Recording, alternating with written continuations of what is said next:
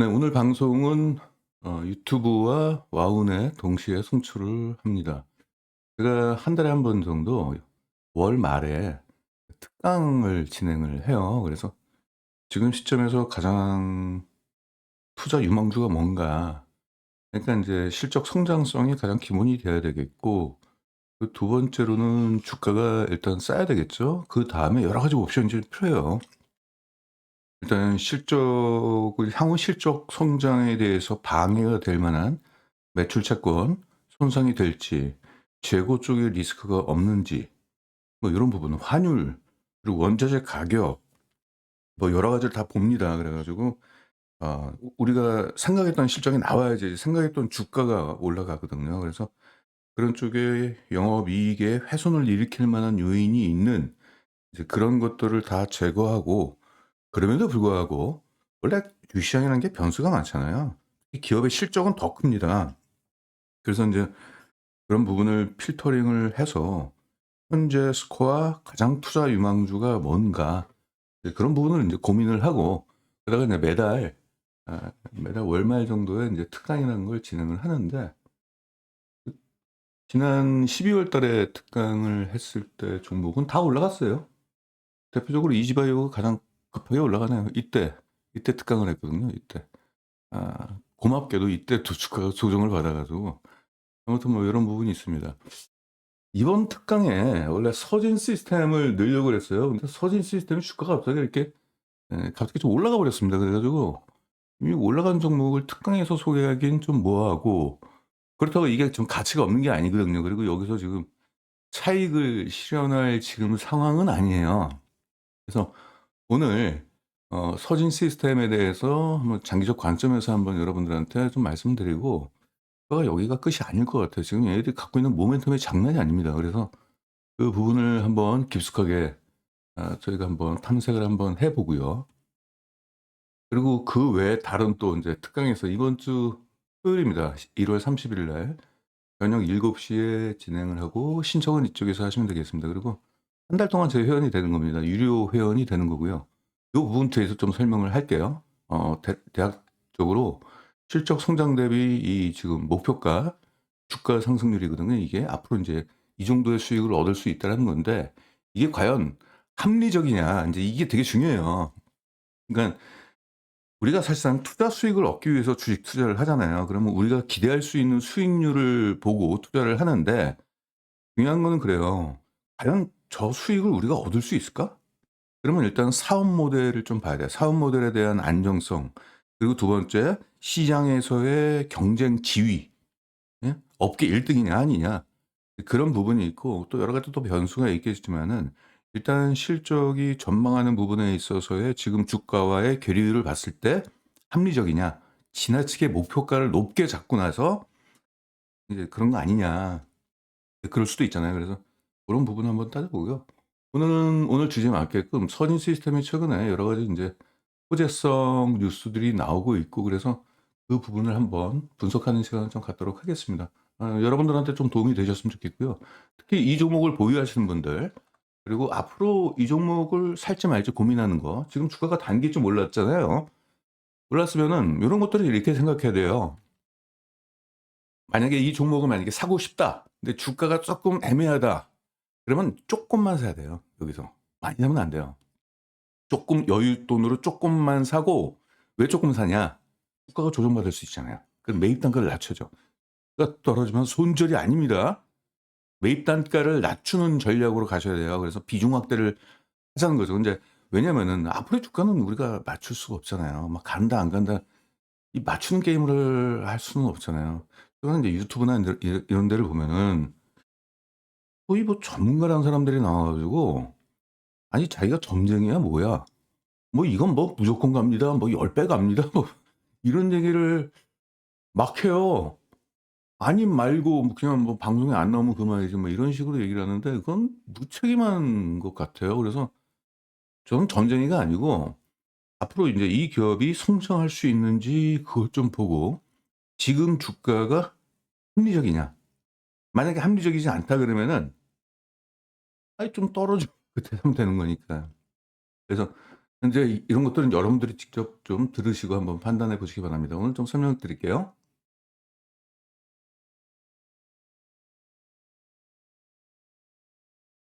물 한 잔 마시겠습니다. 그 서진 시스템을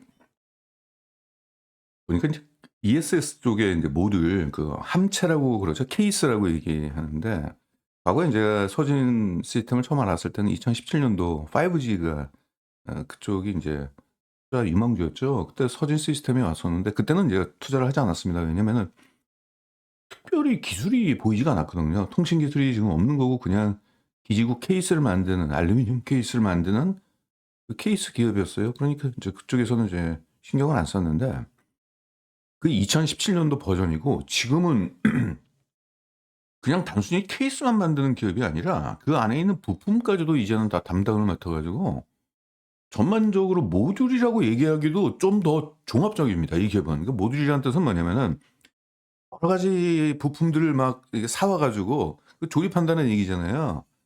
근데 그걸 넘어섰어요. 그 내부에 있는 부품까지도 자기가 다 내재화가 되어 있습니다. 그래 가지고 ESS에 대한 완제품을 얘들이 다 만드는데 거기에 배터리 셀을 빼고 난 나머지 부품들도 어느 정도 얘들이 다 하고 있어요. 심지어는 인쇄 회로 기판까지도 얘들이 직접 생산을 한다고 합니다.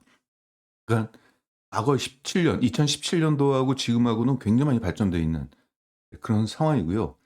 생산 능력이 어마무시합니다. 아무튼 지금 ESS가 전 세계적으로 좀 뜨고 있잖아요.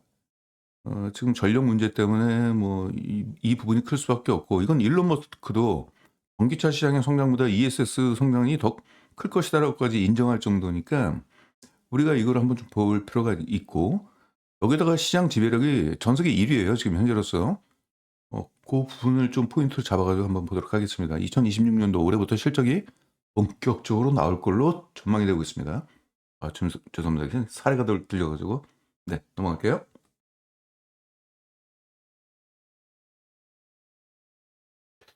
정확한 명칭을 사업 명칭을 뭐라고 해야 될지 모르겠지만은 그냥 메탈 종합 부품 및 부품까지는 만드니까 거기 넘어가서 인제 케이스 그래서 완제품을 만들어요.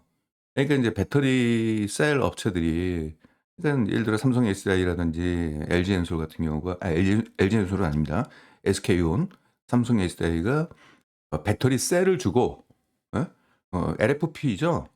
그걸 주고 나서 "야 ESS 만들어 줘." 그럼 얘네들이 이것저것 다 해 가지고 그걸 완제품을 다 만들어서 공급을 하는 겁니다.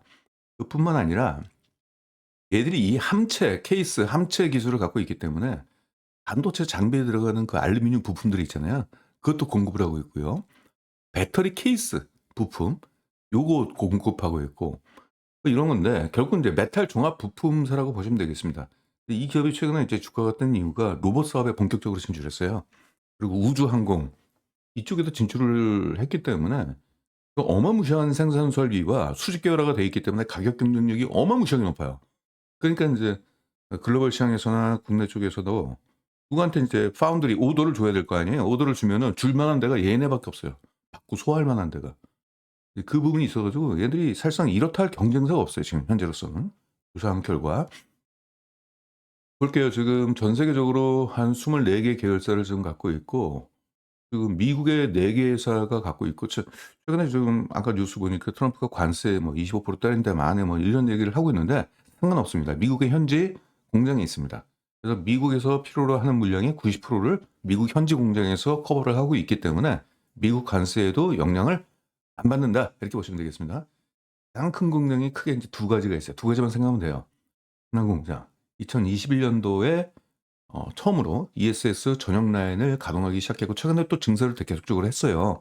그래서 대규모 생산 능력을 좀 갖췄기 때문에 앞으로 인제 ESS가 굉장히 크게 성장할 거라고 일단 보고 있는 거고 이미 우리나라가 세계적으로 일단 삼성 SDI하고 SK온이라는 세계적인 배터리 셀 업체를 고객사로 좀 있기 때문에 그쪽에서 인제 본격적으로 ESS를 인제 배터리 셀을 생산을 하게 되는 거거든요. 그러기 때문에 거기에 맞게끔 설비 투자를 한 겁니다. 그냥 한 게 아니라 그냥 수요 예측을 한 게 아니라 고객사가 그걸 또 필요로 하니까 삼성 쪽하고 SK 쪽 보니까 미국에다가 공장을 지금 짓고 있고 그리고 고객도 어느 정도 확보를 했다고 해요. 그래서 얘네들한테 주문하는 물량이 뭐 허위 물량 뭐 이런 거는 아닌 것 같아요 보니까. 그래서 그 수요에 맞게끔 일단 증설을 해 놨습니다. 그리고 휴스턴에 그 기업이 그 공장이 두 군데가 있어요. 하나는 인수를 했어요. 이게 RBR이라는 그 회사를 좀 인수를 했는데, 원래 얘네는 ESS 사업을 하지 않고 항공우주 쪽과 방위 초정밀 금속 부품을 가공하는 회사인데, 거기다가 ESS 라인을 또 깔았어요. 그래서 이거는 인수한 거고, 그리고 자기가 직접 만든 거는 2025년도 4월 달에 미국 휴스턴 같은 지역에 있습니다. 25,000평짜리 땅을 그 매입을 해 가지고 그쪽에 ESS 주력 공장을 하고 있습니다. 그래서 미국의 수요는 여기 휴스턴 쪽에 두 개의 공장에서 일단 생산을 한다. 그래서 관세에 대한 영향 이런 부분에 대해서 신경을 안 쓰셔도 된다. 여기 5% 이상 주주에 특이한 사람이 하나 있어요. 그 오스테인 플란트 있잖아요. 그 매각됐잖아요. 그 최규옥 씨가 최대 주주였는데, 그 양반이 오스테인 플란트를 매각하고 나서 매각 자금 가지고 서진 시스템을 샀어요. 이거 지분이 한 5-6% 정도 있는 걸로 알고 있습니다. 잠깐 확인해 볼게요. 또 그런 것들이 그냥 아무 생각 없이 사지는 않았겠죠. 예, 최기혁 씨가 있고 6.7%를 갖고 있네요. 370만 주를 갖고 있습니다. 네, 아무튼 그만큼 이제 그런 사업을 했던 사람들도 서진 시스템에 대해서 성장성에 대해서 어느 정도 이해를 하고 좀 들어온 것 같아요. 자, 매출 비중을 볼게요. 여러 사업 쪽에 함체 기술을 가지고 여러 사업에 진출을 하고 있는데, ESS 쪽 이게 전체 매출 비중이 이제 50%가 넘고요. 배터리 부품, 반도체 장비, 통신 장비, 그리고 여기 기타의 로봇 사업이 있었어요. 근데 그 로봇이 뭐 이렇게 휴머노이드 로봇은 아니었겠죠. 좀 나오지도 않았으니까 아직. 가전용 아마 로봇 청소기 정도 수준이었던 것 같은데, 지금 현대 자동차에서 그 로봇 이번에 생산을 한다고 그러잖아요. 그쪽에서 로봇 팔을 터진 시스템한테 물량을 그쪽에다 줄 걸로 지금 뉴스가 그렇게 나왔어요. 그 얘기는 좀 더 뉴스 보시면서 같이 보도록 하고요. 술 비중이 58%좀 높습니다.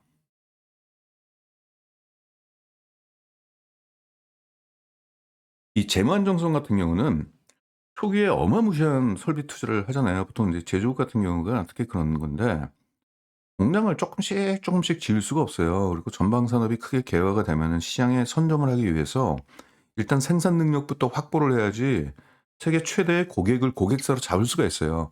세계 최대의 고객사 그 업체들은 어떤 기업을 파트너로 삼냐면은 충분하게 내가 주문하는 물량을 맞출 수 있느냐.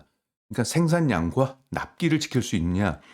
납기를 지킨다는 게 굉장히 중요하거든요. 생산 능력도 중요하고. 근데 납기를 지킨다는 것은 생산 능력이 어느 정도 돼야지만 그 납기를 지킬 수가 있어요. 아마 그런 점에 있어서 서진 시스템은 있는 돈 없는 돈 다 끌어다가 공장에다가 몰빵을 해 버렸어요. 그러니까 재무 안정성이 지금 좋을 수는 없잖아요. 그래서 서진 시스템에 원래 제조업이 원래 그랬습니다. 그래서 투자하는 사이클 있잖아요. 투자하는 설비 투자 사이클에선 재무 안정성이 극도로 안 좋아져요. 그리고 나서 나중에도 투자가 종료가 되면은 현금 흐름이 들어오는 사이클이 되는 거잖아요. 그때 인제 부채를 상환하고, 그때부터 점진적으로 재무 안정성이 좋아지고 순이익이 팍팍팍 오릅니다. 원래 재무 안정성이 안 좋았던 기업이요, 순이익 성장이 굉장히 가파르게 올라가요. 왜냐? 재무 안정성이 안 좋다는 얘기는 이제 부채, 외부에서 차입을 많이 했다는 얘기거든요. 그 차입금 같은 경우는 이자가 계속 나가는데, 나중에 돈이 들어 가지고 빚을 갚아 버리면은 그 이자 비용이 들어요. 이자 비용이 든다는 얘기는 순이익이 팍팍 올라간다는 얘기거든요, 이게. 그런 부분이 있습니다. 그게 인제 레버리지 효과라고 보통 그러죠. 아무튼 이 기업이 앞으로 순이익 성장은 재무 안정성이 개선이 되면서 순이익 성장이 굉장히 가파르게 올라갈 그런 기업이다. 이렇게 보시면 좀 되겠습니다. 자산 현황을 좀 보시게 된다면 여기가 유형 자산이에요. 얘는 이제 장치 산업이기 때문에 유형 자산 쪽의 성장을 좀 봐야 돼요. 계속적으로 올라가고 있죠. 이게 설비 투자를 계속 했다는 얘기예요. 있는 돈 없는 돈 끌어다가 지금 공장을 만들었다는 게 바로 이겁니다. 결국 이제 이러한 장치 산업은 생산 능력의 싸움이기 때문에 이걸 기반으로 해서 세계적인 거래처하고 거래를 하고 현금 흐름이 이제는 좋아지겠죠. 자, 당좌 자산 쪼그라들었잖아요, 돈 많이 써 가지고. 근데 이것들이 인제 앞으로 커지게 되겠죠.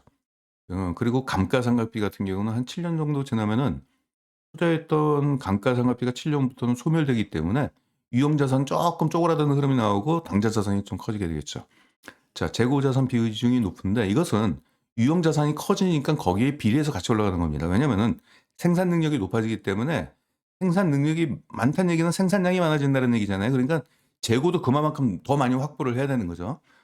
다행스러운 점은 얘네 재고는 시간의 진부하에 의해서 사라지는 게 아니거든요. 알루미늄 같은 거.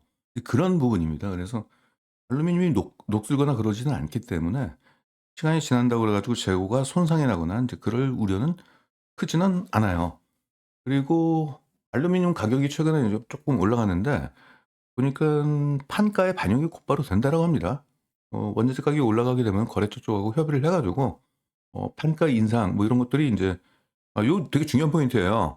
원재료가 올라갔는데 거래처 쪽에서 그거 인정 안 해 줘 버리면 안 되거든요. 그래서 계약을 어떻게 하냐면 런던 철 금속 런던 금속 가격 있잖아요. 거기에 연동된 그 판가를 반영을 좀 받기 때문에 원재료 가격이 오히려 올라가 버리면은 영업이익이 더 좋아지는 흐름이 나옵니다. 판가가 올라가니까. 그런 부분이 있고 그리고 재고 쪽에서의 자산 회전율을 봐야 되겠죠. 재고 자산 회전율을 보니까 평년 수준이에요. 1.2 회. 이 1.2 회 밑으로 떨어지지 않았기 때문에 이거는 뭐 1 년에 재고를 사 오게 된다면은 1 년에 모두 다 소진한다. 이렇게 보시면 되겠습니다. 그래서 특별하게 리스크는 지금 보여주지는 않고 있어요. 자, 이제 ESS를 좀 볼게요. ESS는 정확하게 얘기한다면 에너지 스토리지 시스템이라고 그래 가지고 에너지를 저장한다. 뭐 이 뜻입니다. 아주 간단합니다. 이게 인제 장기 성장할 걸로 지금 보이고 있는데 용도를 좀 볼게요. 아시는 내용이지만 한번 또 모르시는 분도 계시니까 한번 말씀 좀 드려 볼게요. ESS 용도는 전기를 배터리에 저장했다가 필요할 때 꺼내 쓰는 거예요. 근데 왜 그러냐면은 지금 신재생 에너지 같은 경우는 풍력과 태양이잖아요. 근데 풍력과 태양 같은 경우는 바람이 안 불거나 혹은 저녁 때나 이럴 때 같은 경우는 에너지 충전이 안 되잖아요. 그때 쓰는 거예요. 그래서 낮 시간대에 태양광에서 충분히 에너지를 저장을 한 뒤에 밤에 꺼내 쓰는 거고 또 바람이 불 때 에너지를 충전하고 있다가 나중에 바람이 안 불 때 쓰는 겁니다. 이게 전기가 소멸돼요 다. 바람 같은 거 있잖아요. 바람 막 분다고 그래 가지고 충전을 안 해 놓으면은 아무튼 뭐 그 얘기는 뭐 나중에 하고 뭐 중요한 건 아니니까. 아무튼 뭐 그런 부분을 해 가지고 약간 에너지 쪽에서는 중간 디딤돌? 뭐 아무튼 뭐 그렇게 얘기를 좀 표현하더라고요. 원자력 같은 경우는 뭐 365일 뭐 24 시간 계속적으로 인제 풀 가동이 될 수 있는데 요 부분은 약간 좀 제한적이잖아요. 풍력과 태양광 같은 경우는. 근데 신재생 에너지를 포기할 수는 없는 거고 그러기 때문에 그 부족한 약간의 그 공백을 ESS가 메꿔 준다. 뭐 이런 부분입니다. 최근 트렌드를 보게 된다면은 대규모 전력망용의 인제 ESS가 확대가 좀 되고 있고요. 그리고 데이터 센터 때문에 전기가 더 필요하잖아요. 그래서 이쪽으로도 인제 수요가 나온다. 네, 요렇게 보고 있습니다. ESS의 성장성 보면 연평균 한 11% 정도씩 올라갈 것 같다. 이렇게 좀 표현을 하고 있는데 이건 평균이고 이 안에서 실적 성장, 매출 성장이 더 가파르게 올라가는 기업이 있는 반면에 요것보다도 못한 기업들이 있겠죠. 그러니까 이건 평균이고요. 근데 그 안에서 서지는 아마 시장 지배력에 의해서 연평균 성장률이 평균치보다는 높을 걸로 일단 좀 보여지고 있고 일론 머스크도 이런 얘기를 했습니다. 최근에 이제 수년 동안에 ESS 쪽은 전기차보다 더 빠르게, 훨씬 빠르게 성장할 것이다. 이제 이렇게 언급을 했습니다. 왜냐하면 테슬라 쪽에서도 지금 사실상 ESS 사업을 하고 있거든요. 세계 1인가 그래요, 얘네가. 왜냐하면 그 전기차 충전소 있잖아요. 그 ESS로 가동이 된다고 합니다. 그러니까. 그래서 어느 정도 충전을 ESS로 해놨다가 차가 딱 들어오면 그때 이제 고출력으로 일단 충전을 하는 그런 구조로 이제 라고 그렇게 좀 얘기를 좀 들었습니다. 정확하게 공부를 하진 않았어요. 그래 가지고 테슬라가 미국 내에서 ESS 쪽에서는 또 점유율이 또 1 등, 1 등과 2 등을 왔다 갔다 해요.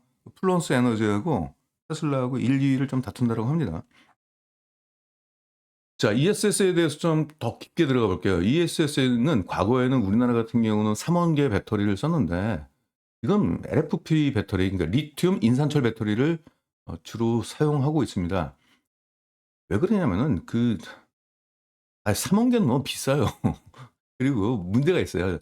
일단은 안정성 때문에 LF 배터리는 그 인산철 배터리 이게 화재가 상대적으로 좀 덜 납니다. 3원계보다도. 3원계는 이게 니켈 함량이 높잖아요. 니켈 함량이 높으면은 고출력이 가능합니다마는 에너지 밀도도 높고 중요한 게 이게 화재 위험성이 좀 커서요. 이게 하이니켈계 쪽으로 가게 되면은 그래서 안전성을 위해서 화재를 낮추기 위해서 이거를 씁니다. 공장이나 이런 발전소 같은 데다가 화재가 나면 그 큰일 나는 거잖아요. 이게 가장 큰 이유예요. LFP 배터리를 쓰는 가장 큰 이유. 전고체는 너무 비싸고 그렇잖아요. 그래서 지금은 인산철 배터리의 점유율이 한 80-90% 정도 된다라고 하고요. 그런 부분이 있고요. 그리고 가격이 훨씬 저렴하죠. 3원계에 비해서 30% 정도 저렴하다. 이런 부분이 있고 가장 중요한 것은 가격 변동성이 낮아요. 여기 들어가는 이게 코발트, 망간, 코발트, 알루미늄이에요.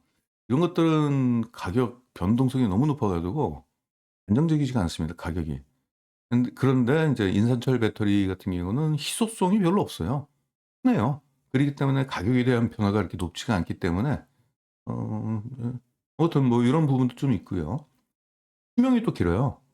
이게 충방전을 자주 하게 된다면 수명이 짧아지는데 이 LFP 배터리는 이 3원계에 비해서 한 2 배에서 3배 정도 수명이 좀 길다. 이런 거 보면 중국 전기차 회사들이 기술력이 보통이 아니에요. 예전에 그 배터리 아저씨인가 그 대머리 있잖아요. 유튜브에 나와 가지고 이상한 소리를 막 하길래 좀 '저 사람이 애널리스트 출신 맞나? 왜 나보다도 모르지?' 이런 생각을 좀 했던 게 중국이 3원계 배터리를 못 만들어서 안 만드는 게 아니에요. 그리고 기술력이 없는 게 아닙니다. 우리나라 같은 경우는 LFP 배터리 가지고 한 번 충전당 400 킬로 이상 가는 배터리를 만들 수가 없어요. 근데 이 중국은 그걸 해냈단 말이에요. 그 대단한 기술력이에요 그게 오히려. 그러니까 우리나라 같은 경우는 기술의 한계 때문에 "야 인산철 배터리 가지고 무슨 전기차에 뭐 어떻게 쓰냐. 이 에너지 출력도 별로고 밀도도 낮은데 이건 못 써." 그래 가지고 3원계로 간 거고 근데 중국은 그걸 해낸 겁니다. 그래서 안정성도 높죠. 가격도 저렴하죠. 수명도 길고요. 그리고 출력도 좋고요. 그런 거 보면은 '중국 기술이 보통이 아닌 거다.'라는 생각이 좀 들긴 합니다. 아무튼 그래 가지고 중국이 LFP 배터리로 전 세계 ESS 시장을 완전히 점령을 했어요. 근데 지금은 왜 서진 시스템을 봐야 된다? 미국이 중국을 퇴출시켰습니다. 미국 시장이 지금 전기 쪽이 가장 이제 수요가 큰 쪽이기 때문에 그렇게 보시면 좀 되겠습니다. 그러니까 우리나라에 인제 기회가 생긴 거죠. 중국이 일단 ESS를 선점을 했는데 뒤늦게 우리나라 배터리 3 사가 인제 이쪽으로 진출했고 미국에도 공장을 짓고 이번에 가동을 인제 본격적으로 합니다. 그러니까 서진 쪽에서 기회가 열린 거죠.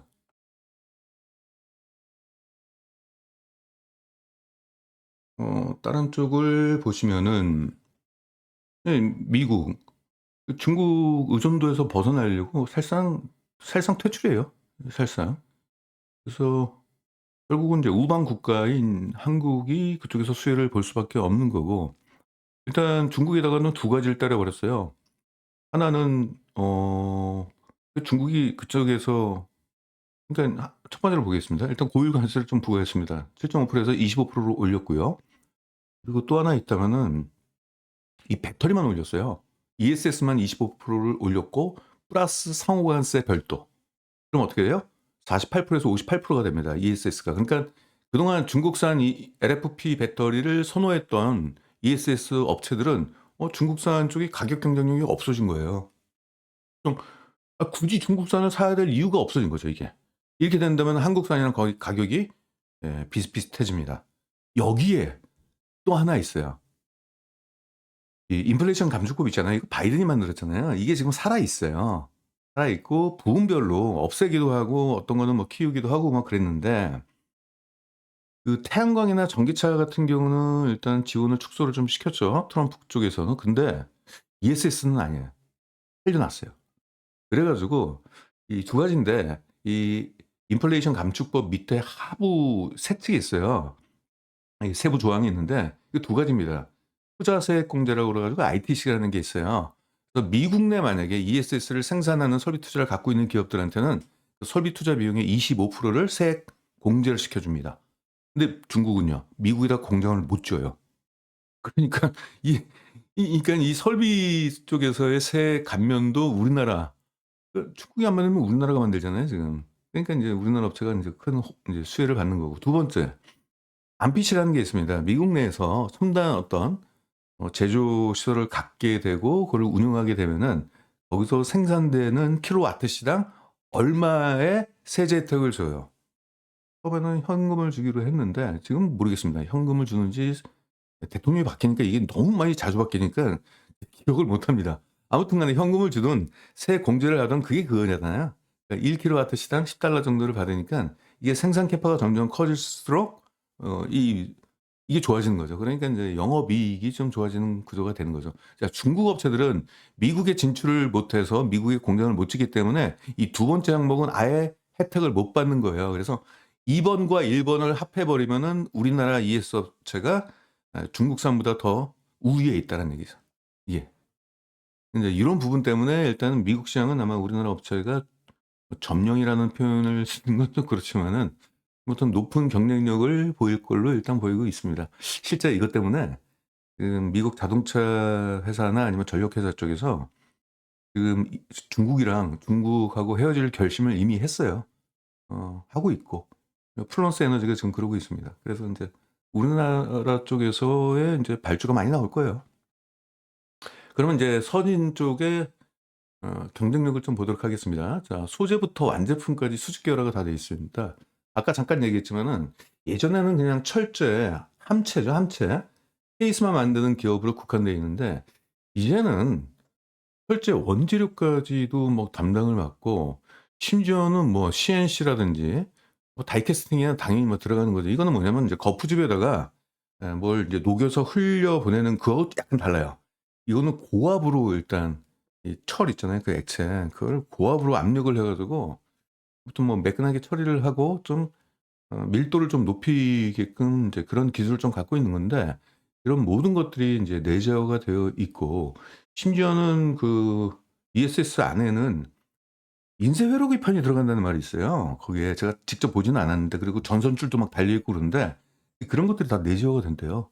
어느 정도까지는 외부에서 조달을 하겠지만은 웬만한 핵심적인 것들은 다 내재화가 되어 있다라고 들었습니다. 제가 그걸 직접 뜯어보지 못해 가지고 그랬는데 일단 거기까지만 좀 조사가 됐고 아무튼 이런 것들 때문에 지금 글로벌 1 위가 ESS 기업이 인제 글로벌 1 위 요 부분이 인제 플루언스 에너지라고 있어요. 얘네하고 테슬라하고 순위 경쟁을 막 하고 있습니다. 어떨 땐 1 위, 어떨 땐 2위 뭐 이렇게 있는데 플루언스 에너지가 서진 시스템을 파트너사로 딱 지정한 이유가 이거예요, 이거. 수직 계열화가 돼 있다는 얘기는 뭐냐면은 가격 경쟁이 제일 좋아요. 왜 그러냐면은 자기들이 모든 걸 못하면은 외부에서 이 원재료나 이런 것들을 조달을 해야 되거나 혹은 외부 회사에다가 그 지급 수수료를 주고 위탁 생산을 시켜야 되는 거잖아요. 그럼 그쪽에 또 수수료를 또 줘야 될 거 아니에요. 내재화가 되어 있으면은 한 곳에서 자기가 다 만들기 때문에 비용이 분산돼서 많이 지출이 안 됩니다. 근데 여기저기에다가 "야 뭐 물건 들어왔으니까 야 이것 좀 대신 만들어 줘."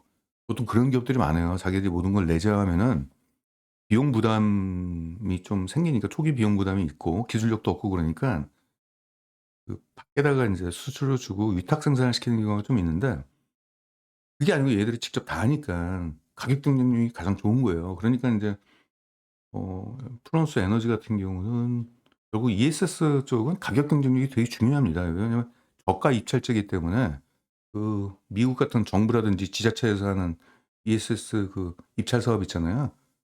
ESS가 뭐 기술력이나 이런 것들이 그냥 큰 영향을 차지하진 않아요, 거의. 그런 상향 평준화가 돼 있기 때문에 결국엔 가격이에요. 근데 그런 측면에서 가격 경쟁력이 가장 좋은 게 서진이라고 볼 수 있습니다. 생산 능력이 세계에서 1 위이기 때문에 그만큼 싸게 만들 수도 있는 능력이 있는 거죠.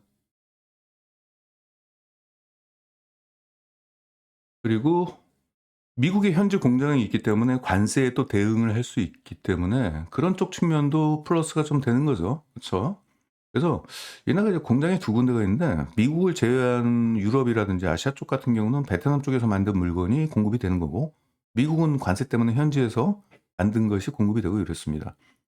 그리고 서진 쪽에서는 레퍼런스를 충분히 확보를 하고 있어요. 그러니까 신뢰가 뭐냐면은 어느 기업이랑 거래를 하고 있느냐가 가장 이제 그 기업의 기술력이라든지 이런 것들이 검증되는 건데 일단 세계 1위 플루언스 에너지하고 거래를 하고 있고 삼성 SDI하고 SK운이 글로벌 고객사예요.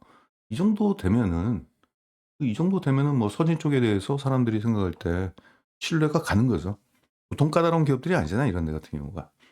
또 하나에 있으면 아까 원재료 단가에 반영하는 게 보통 3 개월 시차를 두고 반영을 합니다. 원재료 가격이 오르면은 오른 만큼 런던 금속 그 가격이 있어요.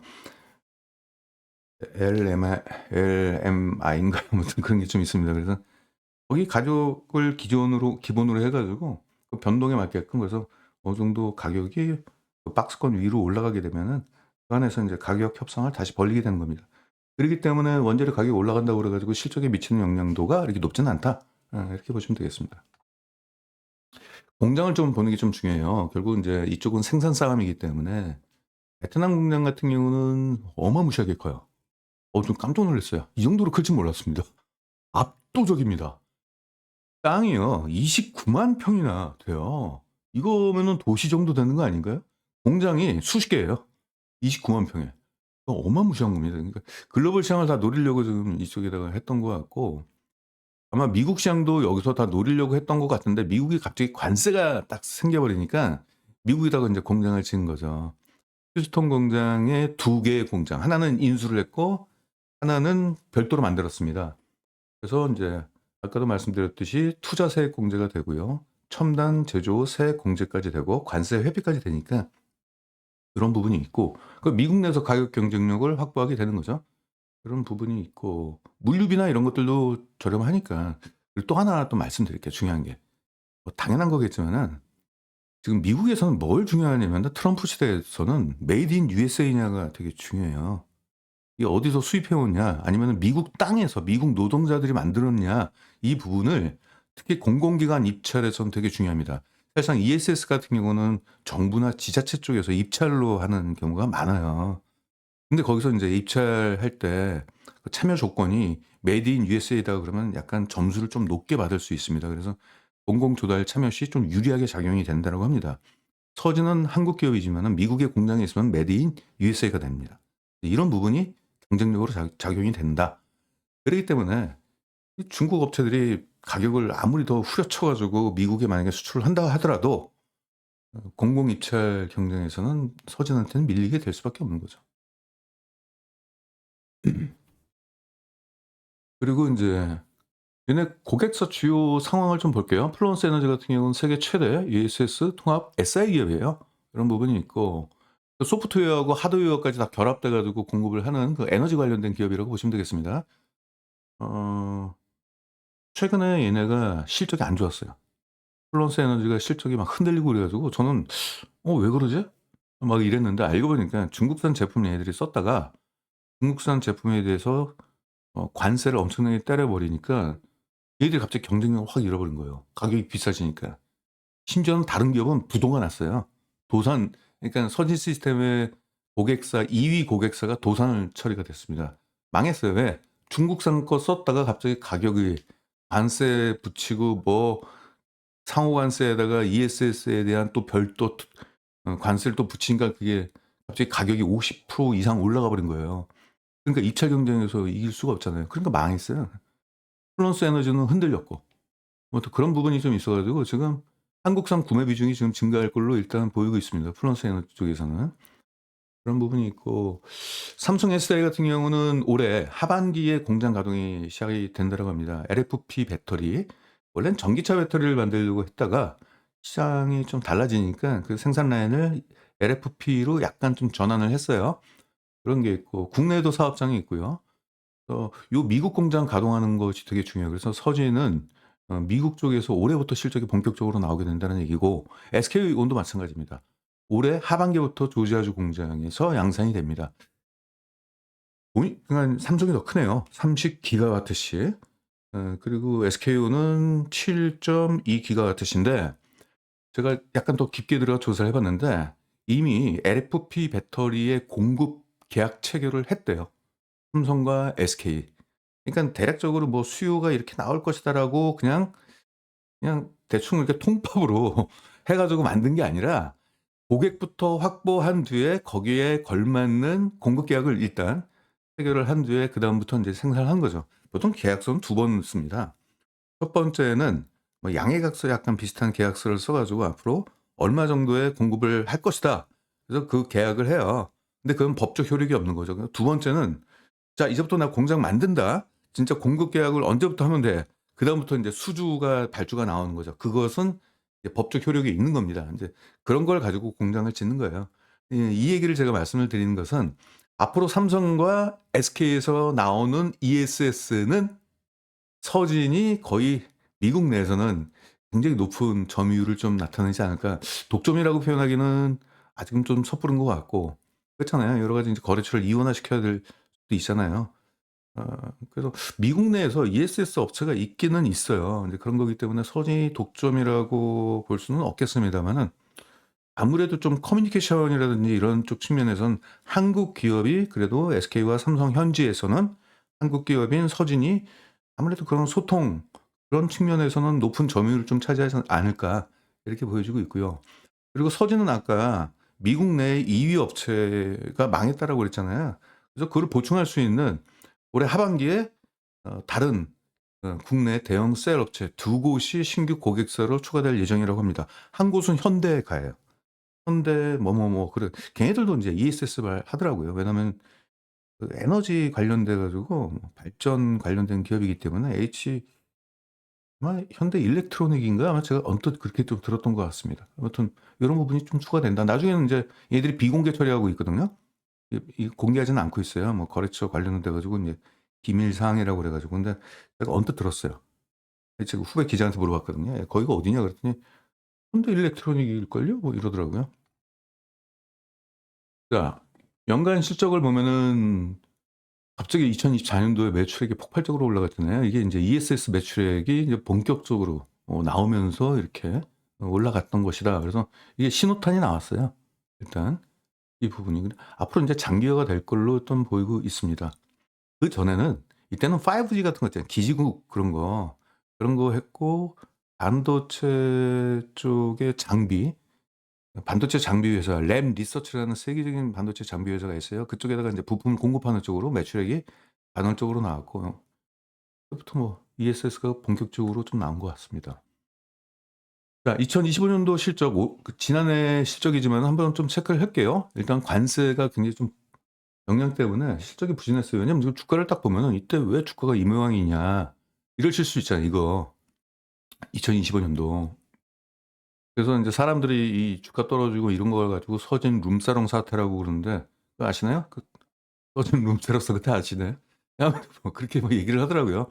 아무튼 이 뭐 이렇게 좀 부진했던 부분이 있는데 최근에 인제 실적이 4 분기부터 좋아진대요. 그래 가지고 네 이렇게 올라갈 걸로 일단 기대가 되고 있습니다.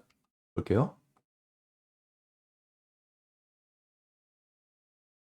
ESS 쪽 장비 그 모듈 그쪽 사업 같은 경우는 연평균 굉장히 높은 성장을 좀 보였습니다마는 2025 년도가 문제였어요. 2025 년도가 갑자기 매출이 뚝 떨어져 버렸잖아요 이렇게. 이게 분기입니다. 1, 2, 3 분기까지 실적이 나왔는데 전년 동기 대비 뭐 35% 떨어지고 40% 떨어지고 69%가 떨어졌어요. 그러니까 주가가 거의 박살난 거죠 이것 때문에. 이때 투자자들이 굉장히 많이 흔들렸어요. 물가가 떨어진 것뿐만 아니라 이것 때문에 그래요. 포윈이라는 회사 아까 제가 얘기했죠. 얘네가 인제 2위 고객사였어요. 얘네가 파산을 한 거예요. 왜 파산했냐? 중국 의존도가 너무 높았어요. 그 중국 인산철 배터리의 의존도가 높았는데 갑자기 미국, 중국 관세 인상이 나왔잖아요. 그래서 가격이 50%가 증가해 버리면 관세를 50% 때려 버린 거예요. 미국 트럼프가. 이거 어떻게 견뎌요? 그 포윈 같은 경우는 이제는 LFP 배터리 의존도가 너무 높다 보니까 뭐 이 사업이 진행이 안 되는 거죠. 왜냐면은 그 가격에 공급하기로 공급 계약이 다 낙찰까지 받아 가지고 입찰에 참여해 가지고 낙찰까지 받았잖아요. 근데 갑자기 가격이 관세가 뭐 50% 이상 때려 맞으니까 납품을 못 하잖아요. 그러니까 부도난 겁니다. 그러니까. 약속은 지켜야 되는데 약속을 지킬 수가 없잖아요. 그러니까 도산 처리가 됐어요. 플러스 에너지도 굉장히 흔들렸어요. 실적 무너졌어요. 얘들도 입찰 못 하게 됐겠죠. 얘들 흔들렸어요. 납품하기로 했던 가격보다 훨씬 높은 가격으로 공급을 해야 되는 거기 때문에 그 변화된 그 소위 그거죠. 원자력 가격이 올라갔는데 중국 LFP 배터리가 그 원재재잖아요. 원자재 가격이 올라갔는데 판가는 반영이 안 되는 거죠. 그러니깐 흔들렸어요. 그래서 그리고 플러스 에너지 같은 경우는요. 납품을 뒤로 미뤘습니다. 근데 이게 계약이 그러니까 플러스 에너지가 인제 서진 시스템하고 공급 계약을 체결한 게 있는데 그것이 주문이 안 들어왔어요. 근데 주문이 나올 겁니다. 왜냐면은 제가 인제 보니까 2025 년도 8월 달에 1,200억 짜리 수주 계약이 하나 있고요. 11월 달에 1,800억 짜리가 있어요. 근데 이것이 나와야 돼요. 언제까지냐면은 올해 한 6월 달 올해 6 월인가 아마 그럴 거예요 아마. 그래서 그때까지는 발주를 했기 때문에 그거는 그거예요. 만약에 약속 안 지키면 그 위약금 내야 되는 겁니다. 그래서 이것이 지금 안 나왔어요. 그래 가지고 이게 떨어진 건데 근데 이것은 소멸된 게 아니라 뒤로 이연된 거예요. 그래서 이연된 게 올해 4 분기 아니 올해가 아니라 2024 년도 4 분기 아직 실적 발표 안 했죠. 그때 인제 나오기로 한다고 합니다. 그래서 4 분기 때 실적 되게 굉장히 높게 올라갈 겁니다 아마 이게 나오면은. 공시는 제가 직접 확인을 했기 때문에 믿으셔도 됩니다 이 부분은. 올해까지 공급 계약을 해야 돼요. 그러니까 지금 빨리 그동안 밀린 숙제 해야죠. 반도체 장비 쪽을 보겠습니다. ESS하고는 달리 반도체 장비 쪽도 하고 있는데 이쪽도 앞으로 되게 좋아질 것 같아요. 반도체 장비 쪽 매출 올라가는 거 보세요. 연평균 40% 씩이나 올라갔어요. 최근에 인제 반도체 D램이라든지 이런 쪽 그리고 시스템 반도체 뭐 이런 쪽이 인제 AI 때문에 슈퍼 사이클에 지금 접어들었다라고 얘기를 하잖아요. 그것 때문에 2024 년도 최대 매출액을 찍었는데 2025 년도 1, 2, 3 분기가 전년 동기 대비 굉장히 크게 올라갔죠. 또 이쪽도 성장이 계속적으로 나올 것 같은데 이건 뭐냐면은 그 세계 최대의 그 반도체 그 전공정 장비를 만드는 데가 있어요. 전공정, 후공정 중에서 전공정이 주력이죠. 그 식각 장비하고 증착 장비가 있는데 그 램 리서치라는 세계적인 기업이 있어요. 그 걔네가 인제 그 뭐 챔버 뭐 웨이퍼입니다. 그래서 오타 나네. 웨이퍼 이송 장치 뭐 기타 박스 그리고 기타 정밀 부품이라는 게 있는데 이게 마진율이 가장 높아요, 이게 기타라는 게. 그래서 이거를 그동안 램 리서치가 가격 경쟁력 때문에 중국 업체 쪽을 파트너사로 좀 잡았어요. 뭐 예전에도 인제 서진 시스템도 있었지만은 중국 업체하고 좀 주력으로 거래를 좀 많이 하고 있었는데 왜냐면 그쪽에 인제 반도체 장비에 들어가는 부품 있죠. 그중에서 알루미늄 부품들 같은 경우는 인제 중국이 더 싸니까 그걸 썼는데 지금, 지금 못 쓰죠 지금. 트럼프가 지금 엄포를 놨잖아요. "쓰지 마." 지금 이러고 있잖아요 지금. 그러니까 이제 반도체 같은 경우는 굉장히 민감하잖아요. 그래 가지고 램 리서치가 주요 고객사를 서진으로 바꿔 버렸어요. 그래서 중국 파트너사의 비중을 급격하게 줄이고 있습니다. 이게 나중에 이게 문제가 될 수 있어요. 이게 왜냐면 램 리서치가 미국의 그 반도체라든지 이런 쪽에 관련돼 가지고 뭔가 공급이 될 때 중국산 부품이 들어갔어? 그러면 그게 안 될 수가 있어요. 그런 부분이 좀 문제가 있어요. 옛날에 우리 그 미국에 있는 전투기도 그런 적 있잖아요. 중국산 부품 하나 썼다는 이유로 빠꾸 당했잖아요 그냥. 그런 경우가 좀 있습니다. 그래서 오히려 사전에 그런 리스크를 차단하기 위해서 램 리서치가 중국산 거를 배제하고 있습니다. 그래서 어떻게 된다? 한국산 걸로 돌아서고 있습니다. 그래서 최근에 뭐 올라간 거 있잖아요. 갑자기 크게 올라갈 이유가 없었는데 인제 이런 거죠. 왜냐면 삼성이나 하이닉스나 엄청난 설비 투자를 하거나 장비를 새롭게 입고시키지도 않았는데 이게 갑자기 왜 이렇게 많이 올라갔지? 이제 그런 거 보니까 그냥 물량이 램 리서치가 서진한 쪽에다가 물량을 이관시킨 것 같다. 이런 게 인제 업계 중론입니다. 이런 것들 때문에 결국은 서진 쪽에서 점유율이 높아지게 되는 거잖아요. 그러니까 앞으로도 반도체 빅사이클이다 그래 가지고 인제 지금 뭐 없어 가지고 못 팔 정도라고 그러잖아요. 그래서 설비에 대한 증설 뭐 이런 것들이 있게 된다면은 램 리서치에 대한 발주가 증가하면은 서진도 실적이 좋아지겠죠.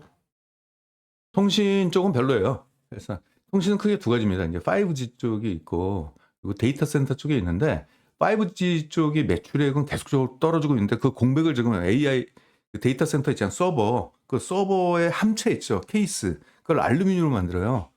알루미늄으로 만든 이유는 그거죠. 알루미늄의 열 전도율이 그래도 높은 편이잖아요. 그러니까 서버가 뜨거워지면 안 되니까 알루미늄 함체로 만들어 가지고 열을 빨리 배출시키려고 하는 용도로 만듭니다.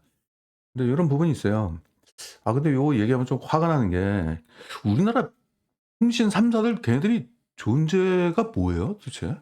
5G 쪽에 투자를 안 하고 있잖아요. 6G도 투자 안 한다라고 그러잖아요. 그러면서 데이터 센터 짓고 있잖아요. 우리나라 국민들한테 통신 요금 받아먹어 가지고 지금 사업은 통신의 품질을 높여야 되는 건데 그거하고 전혀 상관없는 다른 자기가 부가적인 사업을 하는 거잖아요. 그러니까 마치 어떤 느낌이냐면은 우리한테 전 국민을 코 묻은 돈 다 받아 가지고 걔네들이 여가 활동을 하는 것 같아요. 이게 이 말이 안 되는 거잖아요. 그러면 통신비를 줄여야지. 아무튼 뭐 다른 얘기였습니다 이거는. 아 좀 얄밉더라고요. 데이터 사업을 왜 해요? 그게 뭐냐면은 통신 쪽에다가 품질을 높여봤자 우리한테 이득될 거 전혀 없다라고 생각하는 거예요. 그러니까 이게 독점적 지위의 횡포죠 이게. 아무튼 요런 부분이 좀 있습니다. 아무튼 그래서 앞으로 AI 데이터 센터 확장에 따라 가지고 실적은 약간 좀 이제 심심하게 좀 올라갈 수도 있을 것 같다. 이제 이런 생각이 좀 듭니다. 전기차 쪽은 좀 아닌 것 같아요. 전기차 배터리 케이스 같은 경우는 계속 떨어지고 있잖아요. 그쵸? 시작한 지 얼마 안 됐어요. 얼마 안 됐는데 떨어지고 있습니다. 아마 이것도 시작하게 된 게 다른 쪽보다도 경쟁력이 좀 있으니까 가격 경쟁력이 있으니까 원래는 인제 국내 배터리 3 사에다가는 배터리 케이스를 공급하는 업체들이 일단 있었어요. 근데 얘네가 베트남 공장을 굉장히 크게 지으면서 거기서 인제 수직 계열화가 다 돼 있고 가격 경쟁력을 갖추니까 아마 국내 배터리 특히 인제 SK하고 삼성 SDI, 삼성 SDI 같은 경우는 밑에 원래 있었어요, 업체가. 업체가 있었는데 이쪽으로 좀 튼 것 같아요. 그래서 아무튼 간에 이때는 좋았는데 작년은 좀 안 좋았네요. 이건 당분간 좀 안 좋을 것 같은데 매출 비중이 뭐 9% 밖에 안 되기 때문에 신경 안 써도 될 것 같아요, 이거는. 기타 매출도 있는데 요 기타를 제가 갖고 왔던 이유는 여기에 이게 로봇 프레임 사업이 있어요. 이게 여기 그리고 로봇 프레임과 위성 안테나 이런 것들이 있고 그리고 여기에 또 인제 앞으로 어 그쪽 들어갔는데 우주 항공 쪽 있잖아요. 그것도 들어가고 방산용도 들어가고 그래서 기타 매출도 앞으로 무시는 못할 것 같아요, 이쪽도. 오히려 이쪽이 기존보다 더 고부가치 산업 쪽으로 좀 가고 있어요, 기타 쪽이. 그래서 기타도 일단 갖고 왔습니다. 아직까지는 근데 크게 개화되지는 않았는데 지금 가장 큰 게 지금 로봇 프레임 사업이거든요, 요 부분. 요것은 조만간 매출이 나올 것 같아요. 크게 나올 것 같아요. 이 휴머노이드 로봇 팔을 만든다라고 하니까 현대로부터. 그래서 지난해 같은 경우는 주가가 큰 폭으로 떨어졌던 원인을 다시 말씀드린다면은 실적이죠 결국. 이 적자까지 났어요 이게. 이게. 이게 무역 관세 2 위사인 무역 관세 때문에 2위 고객사가 아까 포원 에너지 걔네들이 파산했고 플루언스 에너지 같은 경우는 일단은 주문을 안 했어요. 관세 때문에. 일단 좀 지켜보자.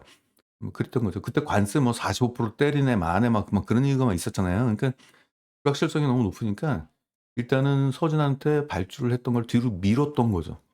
그러다가 이제는 뭐 15% 정도 그리고 이제는 관세 영향이 없죠. 미국 공장 다 완성해 가지고 가동이 되는 거기 때문에. 그래서 뭐 지난해 실적은 엉망. 근데 이것들이 인제 V자 반등이 인제 일어날 것 같다.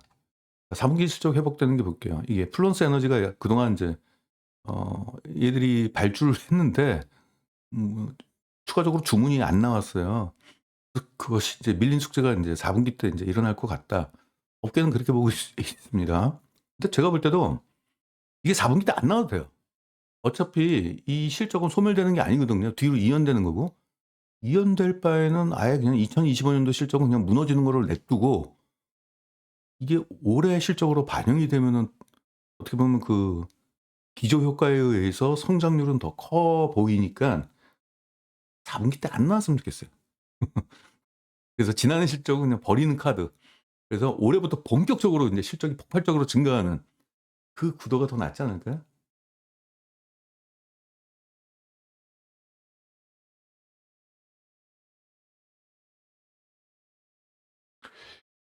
올해는 인제 미국의 ESS 공장이 인제 본격적으로 가동이 된다. 그래서 아까 정리를 다시 한번 해 보면은 미국은 중국산 ESS를 자국 내에서 퇴출을 지금 시키고 있습니다. 그래서 관세가 50% 예요. 중국산 ESS가 상호 관세하고 ESS 관세 둘 다 합해 버려 가지고. 이런 부분이고 근데 서진은 미국의 공장이기 때문에 그 관세도 없죠.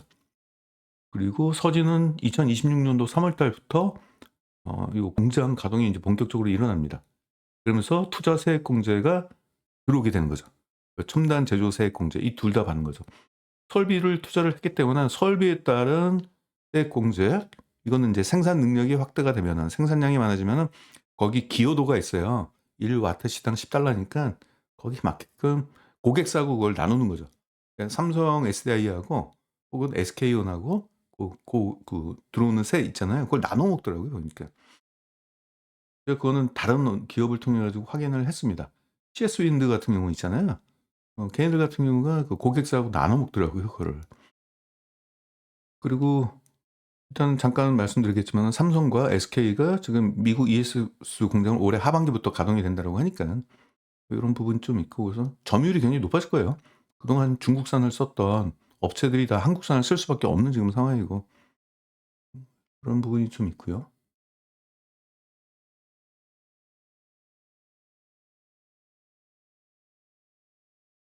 요거는 아까 얘기했기 때문에 그냥 넘어갈게요. 앞으로 인제 반도체 AI 수요 때문에 반도체는 뭐 슈퍼 사이클이라고 얘기하니까 그만큼 램 리서치도 장비가 많이 팔리고, 그럼 서진 쪽에도 인제 수혜가 인제 일어나겠죠.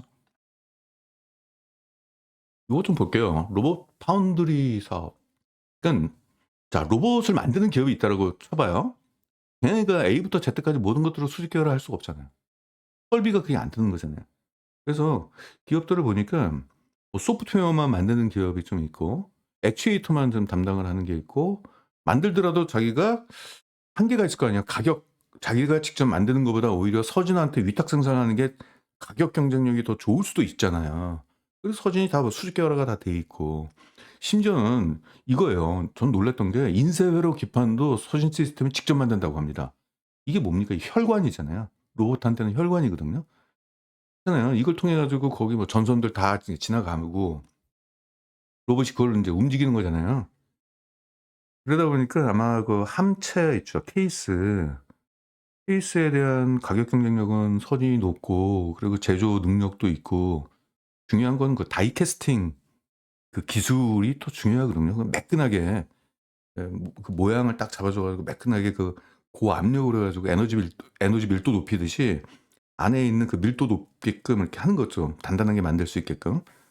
그런 쪽의 설비를 갖고 있어서 기술도 갖고 있고, 그래서 다른 쪽이 갑자기 느닷없이 그거 설비 투자 못 해요 그거. 그거 어마무시한 장치 싸움인데, 그래서 다른 로봇 회사들은 자기가 갖고 있는 핵심적 가치에 집중을 하게 되겠죠. 그러니까 액추에이터 모터가 되게 중요하거든요. 모터 뭐 소프트웨어라든지 뭐 그런 쪽으로 좀 집중을 하고, 전반적으로 틀을 만드는 것들은 그냥 고부가가치 사업은 아니에요 사실상. 그러니까 케이스 만드는 게 무슨 고부가가치겠습니까. 그러니까 근데 그런 것들은 아웃소싱을 하는 거죠 서진 같은 데. 그래서 인제 로봇 파운드리 사업을 한다. 그래서 보니까 지금 계약을 맺은 거 보니까 제닉스 로보틱스라는 데가 있더라고요. 요쪽하고 로봇 관련돼 가지고 기술 협력을 최근에 맺었고요. 코인테크, 그리고 KR 뭐 시스템, 뭐 그리고 사면 뭐 이런 쪽으로 해 가지고 일단 로봇 관련돼 가지고 여러 업체하고 일단은 합동 연행을 지금 하고 있고, 최근 뉴스 보도록 하겠습니다. 어 이런 게 좀 나왔어요. 기술 뉴스가 나온 거 보니까. 클릭해 볼게요. 제목만 보시면 될 것 같아요. 서진 시스템이 여기 H4향의 로봇 팔다리, 로봇 팔이네요, 팔. 팔이 되게 중요하잖아요. 그쵸? 요것을, 이게 H사가 누구냐면 현대입니다. 현대차예요. 현대차가 어차피 로봇을 만들기로 했잖아요. 근데 걔네가 다 만들지는 또 않는 거죠. 그래서 부분적으로 '서진한테 주는 것이 오히려 더 낫다.' 이렇게 생각할 수도 있죠. 그러니까 그래서 결국은 인제 아까 위가 지금 로봇 파운드리 쪽이잖아요. 이거 현대 쪽에서 붙었습니다. 그래서 양해각서를 지금 썼어요. 요런 부분이 좀 있습니다. 그래서 아무튼 이 부분에 있어서 지금 투자를 또 해 놨어요. 로봇 사업에 하려고 서진 쪽에 또 그 관련돼 가지고 설비 투자를 또 했습니다. 5천억 정도 들여 가지고 그런 부분이 좀 있고, 또 하나 다른 뉴스를 볼게요. 이 철제 알루미늄이라든지 이런 걸 쓰는 게 뭐 로봇만 쓰이고 뭐 그러겠습니까? 여기 또 우주 항공 방산 쪽, 여기 그동안 이제 기타 매출로 잡혔던 거거든요. 인제 이런 부분도 협력을 좀 강화하고 있다. 자회사 텍슨을 통해 가지고 좀 한다라고 합니다. 아무튼 베트남 쪽에 생산 능력이 워낙 좋다 보니까 그걸 이용해 가지고, 아마도 그것은 로봇 같은 경우는 미국 공장에서 만들지 베트남 공장에서 만들지 그거는 뭐 현대하고 협의를 하겠죠. 예. 관세 같은 거에 영향이 없으면은 아마 국내에 투입되는 거는 베트남에서 만들 거고, 미국에다가 투입되는 로봇은 뭐 미국 공장에서 현지에서 만들겠죠. 그래서 앞으로 인제 실적을 인제 증권가에서 전망하는 겁니다. 그래서 지금 흘러가는 흐름 보니까 2025년도는 뭐 어차피 버리는 카드라고 말씀드렸잖아요. 이거는 뭐 일회성으로 부진한 거고 중국 관세 때문에 그렇죠. 중국 관세 때문에 고객사들이 그동안 배터리셀을 삼성과 SK 거를 지금 쓰지 않고 중국산 걸 썼던 그 기업들이 약간 이제 발주를 조금 주춤하게 되면서 이렇게 됐던 거고, 그다음부터는 이제 2026년도부터는 정상적인 성장이 나올 것 같다. 그래서 높은 매출 성장과 영업이익 성장. 2026년도 영업이익은 전년 대비 뭐 이제 크게 거의 흑자 전환이네요. 그리고 2027년도도 한 61%의 영업이익 성장이 나올 것 같다. 순이익은 한 요 정도, 연평균 37% 정도의 성장이 나올 것 같아서 앞으로 고성장이 좀 예고가 되어 있는 지금 상황이 있습니다. 그래서 이거는 요거는 좀 다른 거고, 주가는 이렇게 좀 보는 게 맞을 것 같아요.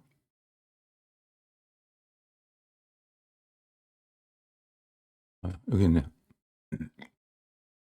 근데 지금 이게 테마가 붙어 가지고 실적에 대한 목표가를 정확하게 이렇게 목표가를 실적에 맞춰서 얘기하기는 좀 뭐한 것 같아요, 지금. 지금 뭐 논리적으로 PR을 19 정도로 주는데 지금 이 목표 PR을 19로 주는 게 지금 합당한지 안 한지 이것도 모르겠어요. 이것도. 로봇이 붙고 그러면은 뭐 이거 뭐 얘기가 좀 달라질 거 아니에요. 22 정도 줘도 될 것 같은데. 이 정도. 웬만해선 다 넘었잖아요. 20을 다 넘었잖아요. 그러니까 22 정도 주면은 올해는 이렇지만은 뭐 내년도 성장률이 좀 가파르게 좀 올라가겠죠. 그래서 퍼지는 단기적 측면으로 보는 게 아니라 중장기적 측면으로 보고 뭐 들어가시는 게 좀 좋을 것 같고, 무엇보다 가장 큰 게 인제 세계 1 위라는 ESS 쪽에서 세계 1 위라는 얘기는 뭐냐면은 이게 장치 산업으로 생산 능력이 그만큼 어마무시하다라는 얘기고, 중요한 거는 단순히 그 케이스만을 만드는 게 아니라 거기에 관련된 부품 관련 된 것도 내재화가 되어 있다는 얘기죠. 특히 뭐 인쇄 회로 기판까지도 만들 정도로. 왜냐면 그쪽은 자기 전문 분야가 아닌데 그런 것까지 내재화가 돼 있다라고 하는 걸 보면은 경쟁력이 굉장히 높은 것 같아요. 안 그래도 지금 세계 1 등인데. 그러면은 ESS만 만들겠습니까? 다른 것도 다 만들 수 있죠. 그렇기 때문에 그 전방 산업이 점점 커지게 될 것 같아요. 그래서 그런 쪽에서는 지금으로서는 뭐 이렇다 할 경쟁사가 안 보인다는 정도로 얘기를 해요. 그 2위 업체가 어디냐 그러면은 없대요. 증권사에서 그렇게 얘기해요. 2 위? 2 위가 어딨어. 서진이 거의 서진 빼고 나서는 그냥 원 오브 댐 뭐 이렇게 되는 거예요 그냥. 음 지금 보면은 알루미늄 케이스 만드는 데가 뭐 현대차에다가 공급하는 자동차 경량화 관련돼 가지고 그쪽 알루미늄 프레임 같은 거 만드는 정도 수준이지, 저렇게 다양한 전방 산업을 대상으로 해 가지고 사업을 영위하고 있는 업체는 없기 때문에 이 경쟁 업체라고 얘기를 지금 안 하고 있는 상황이에요. 그런 관점에서 보게 된다면 앞으로 인제 서진이 약간의 좀 시장에서 또 관심을 한몸에 받겠죠. 독주 체제가 좀 이어지지 않을까 이렇게 보이고 있고. 그래서 저 같으면 만약에 이런 쪽에서 투자 전략을 어떻게 잡는다. 지금 여기 뭐 쫓아가 가지고 추격으로 많이 들어가는 게 아니라 그냥 쪼끔 찔끔 들어간 뒤에 쪼끔 산 뒤에 그 올라가면은 그 올라간 대로 그 수익을 그 어느 분은 내는 거고, 만약에 여기서 인제 영원히 올라가는 종목은 없잖아요. 언젠가 인제 조정이 나오겠죠. 그러면 조정 나올 때 약간의 좀 매입 단가를 낮추는 쪽으로 해 가지고 더 사시면 좀 되지 않겠느냐. 뭐 장기적 관점에서 접근하는 게 맞는 것 같아요. 단기적 관점에서는 먹을 게 별로 없는 것 같아요, 한계로는. 올해는 아무튼 한 요 정도? 요 정도 PR도 지금 높여야 될 것 같아요. 한 22 정도는 줘야 될 것 같습니다. 왜냐하면 지금 휴머노이드 로봇에 대한 향의 관심과, 그리고 얘네가 한번 현대차에다가 그 로봇 관련된 파운드리 쪽에 파트너십을 맺게 된다면은 이게 굉장히 장기화될 것 같아요, 계약 관계가. 성장성이 높아질 것 같습니다. 네, 지금까지 오늘 원래 1월달 특강에 인제 서진 시스템을 넣으려고 했었어요. 그래 가지고 그거를 원래 1월 31일 날 제가 인제 매달 아까도 잠깐 얘기했지만 음 매달 말일에 특강을 좀 진행을 합니다. 그래서 지금 시점에서 투자 매력도가 가장 높은 거, 그러니까 시장 지위, 그리고 실적 성장, 그리고 주가 저평가, 그리고 여러 가지 또 인제 리스크가 있는지 없는지를 다 체크를 해 가지고 실적 성장에 대한 신뢰도가 높은 기업을 일단 추천을 하고는 있는데, 서준이 이미 올랐기 때문에 요거는 오늘 그냥 공개를 한 거고요. 관련은 아직 주가가 안 올라간 기업들 있잖아요. 그러니까 같은 이제 실적 성장에 대한 기대감이 굉장히 높은데 주가는 아직 밑에서 기고 있는 기업들. 이런 것들입니다. 지금 요런 것들이 있는데 하나씩 좀 볼게요. 왜냐하면 지금 중요한 게 포인트는 그래요. 다 1등 기업이에요. 1등 기업이고 산업의 성장성도 다 있고요. 그런 부분이 있는데 중요한 거는 인제 이거 이 기대 수익률이라는 게 합리적이냐. 가끔가다 그런 거 있잖아요. 이 수익률에 도달하지 못하는 기업들이 좀 많아요. 그리고 이게 또 비합리적일 수도 있고. 근데 요거 한번 보도록 하겠습니다. 제가 '무리해서 목표가를 정한 것은 아니다.'라는 말씀을 좀 드리려고 첫 번째를 볼게요. 이쪽은 성장할 수밖에 없어요. 이 기업은 앞으로 왜냐면 지금 과거에는 IT 산업과 일반 산업이 별도로 따로 국밥이었어요. 근데 지금은 이게 융복합화가 일어나고 있습니다. 가장 대표적인 게 뭐예요? 자동차 쪽이잖아요. 기계 덩어리였잖아요, 옛날에는. 지금은 뭐예요? 달리는 전자제품이죠. 심지어는 달리는 뭐 아이폰이라고까지 얘기를 하잖아요. 그럼 거기에 수많은 부품들이 새롭게 들어가야 됩니다. 특히 고전압 부품 이런 것들이 많이 들어가야 돼요. 이런 식으로 해 가지고 이종 산업 간 융합이 되면서 신제품들이 나오는데 신제품은요. 그 기업이 만들고 나서 곧바로 파는 게 아니에요. 정부에서 인증을 받아야 돼요. 안전성 검사, 품질 검사 이런 것들을 또 받아야 돼요. 그리고 또 해외에다가 수출을 해야 되잖아요. 수출했다가 리콜 당하면 어떡해요? 굉장히 큰 문제가 생겨요, 리콜이면은. 그러면 리콜 당하지 않으려면은 일단 인증을 받아야 돼요, 국내에서. 그래서 특별한 문제가 없다라는 것을 증명을 해야 되는 겁니다. 그래야지 인제 수출을 하거나 인제 그럴 수가 있어요. 보통 어디에 납품할 때 있잖아요. 어디 제3의 기관에서 정부에서 인증된 기관에서 인증을 받았냐 그 인증서를 첨부를 해야 됩니다, 부품을 납품할 때는. 그런 부분이 있어요. 그래 가지고 이게 얘네가 인제 그 사업을 하고 있는데 최근에는 이종 산업 간의 융복합 때문에 일거리가 되게 많이 증가했어요. 특히나 최근에는 인제 방산과 원전, 근데 로봇 시장에 또 들어갈 겁니다. 매출 올라가는 거 보세요. 그러니까 일감이 이렇게 많아졌다는 얘기고 2024년도 갑자기 확 올라갔죠. 올라갔던 이유는 이때 투자했기 때문에. 갑자기 영업이익률이 떨어졌던 것은 여기에 얘네가 인제 방산과 원자력 사업에 진출을 했어요. 그러니까 여기 인제 설비 투자하고 사람을 새롭게 뽑았죠. 그러니까 인제 여기 떨어졌는데 결국은 투자했던 효과가 2024년도 최대 실적으로 나왔습니다. 올해에는 그 최대 실적을 경신하게 될 거예요. 근데 가령 인제 이런 기업들입니다. 지금 뭐 22% 오르고 영업이익은 30%가 증가했고 앞으로 실적도 이렇게 증가를 할 걸로 보이고 있고 지금까지 증가했던 것만큼 더 많이 증가할 것 같아요. 네. 이렇게 올라가네요. 순이익은 더 크게 올라가네요.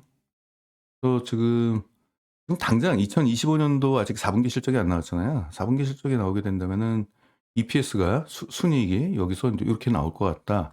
4 분기가 성수기예요. 그러면은 이제 PR이 6.5가 됩니다. 6.5 면은 시장 평균에 비해서 굉장히 낮잖아요. 근데 과거에 얘네들이 평균 PR이 10 일이었어요. 10 일까지 가면은 주가가 10,000 원까지 올라가야 되는데 지금 주가가 6,000 원도 안 돼요. 그러니까 68%의 주가 상승 여력이 남아 있고 올해 안에는 올해도 실적이 좀 증가하니까 올해 안에는 한 요런 정도. 신규 사업에 진출한 부분에 인제 효과가 지금 나오거든요, 방산 쪽과. 방산 같은 경우는 우리나라 외국에다가 인제 수출을 하는 거잖아요. 그 수출하기 전에 인제 이쪽에서 인증을 받는 겁니다. 요런 부분이 좀 있고요. 올해 안에 한 요 정도 올라가지 않았겠냐. 그래서 결국은 이 사이 10,000원과 12,700원 정도 사이에서 주가가 형성이 될 것 같다. 그러면 지금 투자하게 된다면은 한 뭐 70% 80% 90% 평균 90% 정도의 수익이 나올 것 같다. 올해 안에. 이게 중간입니다. 두 번째 종목을 좀 볼게요. 이 종목은 건강기능식품하고 자 제약 쪽 볼게요. 이 두 산업은 성장 산업이잖아요, 고령화 때문에. 약에 대한 수요는 점점 증가를 하고 있고 건강기능식품에 대한 수요도 점점 증가를 하고 있는데 개별 건강기능식품과 제약주에 대해서는 저는 별로예요. 경쟁이 너무 치열해 가지고 차별화도 안 되고. 근데 인제 이런 말이 있잖아요. 어떤 두 사무라이가 칼싸움을 하는데 누구한테 걸 것이냐 돈을. 저는 모르겠어요. 어떤 놈이 이기고 어떤 놈이 죽을 줄 모르잖아요. 근데 이런 말이 있어요. "사무라이에다가 돈을 걸지 말고 그 사무라이 두 놈한테 칼을 공급했던 대장장이에다가 투자해라." 이런 말이 있습니다. 바로 얘네가 그거예요. 대장장이에요. 어떤 제약사가 돈을 벌든 말든 얘네 소재를 쓸 수밖에 없어요. 왜냐? 얘네가 국내 거의 독점입니다, 얘네 소재는. 그래서 우리나라 건강기능식품하고 이 제약사들은 얘네를 거의 다 거래를 해요. 거래할 수밖에 없어요. 그리고 외국산은 국내에 못 들어옵니다. 왜? 가격이 안 맞아요. 가격이 얘네가 세계적으로 가격 경쟁력이 높습니다. 요런 기업이 좀 있고요. 그래서 실적을 보면은 턴어라운드가 좀 돼요, 이번에. 그래서 3 분기까지 실적이 나왔죠. 그래서 그 전년도 실적을 크게 넘어섰어요. 그래서 이게 왜 그러냐면은 일시적으로 좀 이슈가 좀 있었어요. 전기값이 인제 유럽의 전기값 때문에 원재료 가격이 올라갔고 해운 운임료 그거 있잖아요. 후티 반군 세력이 이스라엘 그 관련돼 가지고 그쪽 수에즈 운하 그쪽에 로켓포 쏘고 그러니까 전 세계 그 물류비 다 올라가고 막 그랬잖아요. 인제 그 이슈 때문에 그랬습니다. 그래서 올해는 일단 순이익이 3 분기까지 이렇게 나왔고 4 분기 더해주면 요렇게 되겠죠. 그리고 앞으로 시장 성장에 맞게끔 인제 올라갑니다. 독점 기업이기 때문에 시장 성장률이 10% 정도. 근데 PER 보세요. 너무 낮죠 지금. 저평가죠. 역대 이렇게까지 싼 적이 없었어요. 그래서 지금 주가가 4분의 1 토막이 났어요, 이 종목이. 그동안에 아까 저 원자재 가격이 올라간 것 때문에 주가가 너무 많이 빠졌어요. 4분의 1 가격으로 빠졌어요. 그래서 인제 실적이 지금 회복되는 게 보이잖아요. 그럼 당연히 떨어졌던 주가도 회복이 돼야 되는 거죠. PER 오늘 너무 지나치게 낮잖아요. 그래서 이 중간 가격이 있잖아요. 높지도 않고 낮지도 않고 10 정도로 주게 되면은 지금 주가는 당장 4만 원까지 올라가야 됩니다. 이게 적정합니다. 지금 주가 2만 원밖에 안 돼요. 반 토막 4분의 1 토막이 났어요. 근데 이제 목표 PER도 원래 10을 줘야 되거든요. 과거에는 10 이었어요. 이 기업 되게 유명한 기업이에요. 근데 인제 사람들 머릿속에서 좀 잊혀졌죠. 가치 투자 그러면 이 종목은 무조건 사야 된다라는 얘기가 있었어요. 독점적 지위를 갖고 있기 때문에. 아무튼 12까지 줘 버리면은 인제 이렇게 되죠. 올해 안에는 이렇게 될 것 같아요, 올해. 이제 주가가 좀 올라가야지 목표 PER를 높게 잡고 처음에는 좀 낮게 잡고 가다가 이게 주가가 좀 어느 정도 올라가면은 목표가 상향이 나올 겁니다. 그러면은 인제 기대할 수 있겠죠. 그래서 평균 한 2배 정도 주가 상승 여력이 남아 있다. 세 번째 종목을 좀 보겠습니다.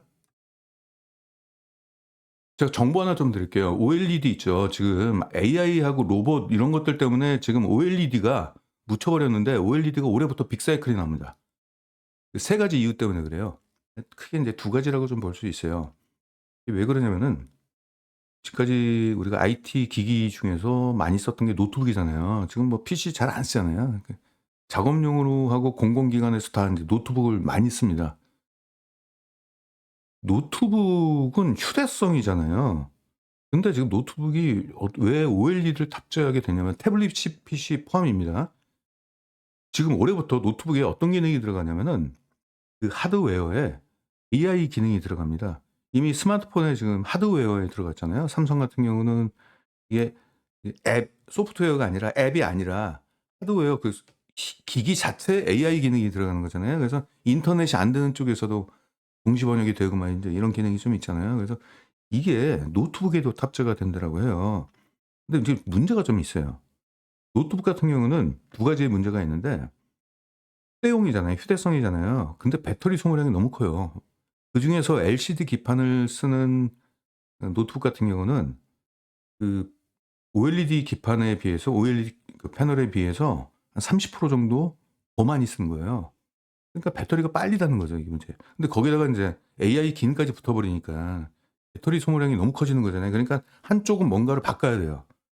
그게 OLED입니다. 그래서 LCD 기판이 올해부터 처음으로 OLED를 바뀌는데 누구부터 바뀌냐? 애플부터 바뀌어요. 애플 맥북이죠, 맥북. 맥북부터 처음으로 바뀌게 되고 그리고 태블릿 PC도 OLED로 본격적으로 바뀝니다. 이유는 딱 하나예요. 너무 배터리 소모량이 크니까 이게 제품에 대한 경쟁력이 너무 낮아지는 거죠. 거기다가 인제 고성능 기능이 더 붙어 버리면 더 그렇죠. 그리고 옛날에는 OLED가 너무 비쌌어요. 근데 지금 LCD하고 OLED하고 가격 차이가 별로 안 나옵니다. 두 가지 때문에 그렇죠. LCD를 생산량을 좀 축소를 하기 때문에 그게 단가가 좀 올라가는 부분이 있고 반면에 OLED에 대한 생산량이 높아지니까 규모의 경제에 의해서 가격이 좀 다운되고. 그래서 둘 다 딱 보니까 '얼마 차이 안 나네.' 이거예요. 그래서 지금까지 스마트폰에만 일부 들어갔던 OLED 패널이 이제는 IT 기기에 들어간다. 이제 이겁니다. 또 대형 그 게이밍 그 모니터 있잖아요. 그것도 인제 OLED가 좀 들어간다고 합니다. 왜냐면 곡선 이렇게 휘게끔 하기 때문에. 그러니까 유리기판으로 하게 된다면 그건 평면이잖아요. 휘지를 못하잖아요. 근데 게임용 같은 건 약간 유려하게 휘어 있잖아요. 그러니까 유기화학 물질을 만들어야 되기 때문에 OLED가 좀 들어갈 수밖에 없고. 자 이번에 자동차 얘기를 할게요. 이게 진짜 큽니다, 자동차가. 지금 자동차가 예전엔 기계 덩어리였는데 지금은 이제 첨단 운전 보조 장치들이 막 붙고 그러잖아요. 그래서 그리고 과거에는 자동차는 이제 엔진 가지고 성능 경쟁을 했는데 지금은 실내 인테리어 그리고 편의성이에요. 근데 그 편의성을 뭘로 보여주느냐? 모니터입니다. 근데 그리고 모니터가 옛날에는 그 운전자 쪽으로만 붙어 있는데 이제는 인포테인먼트라고 그래 가지고 정보와 오락 이런 것들이 결합된 게 인포테인먼트라고 그러잖아요. 근데 이것들이 조수석까지 가요. 그 조수석에서 거기서 음악도 틀고 뭣도 틀고 이제 그런 거란 얘기죠. 검색도 하고. 그런 부분이 좀 있는데 그럼 화면이 커져요. 그리고 뒤에 있는 뒷좌석은 어때요? 옛날 사장님들은 신문 봤는데 요즘 신문 안 보잖아요. 거기 모니터가 들어가는데 LCD 기판을 쓰게 된다면 어떤 문제가 있냐면 첫 번째 시안성이 안 좋아요. 왜냐면 자동차는 사실상 밖에서 타는 거잖아요. 그러면 유리창으로 햇빛이 들어오잖아요. 햇빛 들어오면 모니터가 안 보여요. 이런 문제가 있어요. 두 번째, 화면이 커진다는 얘기는 사람들이 직관적으로 모니터를 터치 스크린을 해요. 그쵸? 근데 지금 터치 스크린 안 되는 자동차 되게 많아요. LCD로 하니까. 그리고 반응 속도가 느리거나 LCD로 했는데도 되는 경우가 있어요. 근데 반응 속도가 느려요, 문제가.